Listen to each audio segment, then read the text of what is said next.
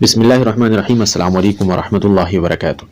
وقت کا ضیاع موت سے بھی سخت ہے۔ علامہ ابن قیم جوزی اپنی کتاب الفوائد میں لکھتے ہیں، وقت کا ضائع کرنا موت سے بھی زیادہ سخت ہے، کیونکہ وقت کا ضائع کرنا تجھے اللہ سے اور آخرت سے دور کر دے گا، اور موت تجھے دنیا اور اہل دنیا سے کاٹ دے گی۔ دنیا اول سے لے کر آخر تک اس لائق نہیں کہ اس کے لیے ایک گھڑی کا غم برداشت کیا جائے۔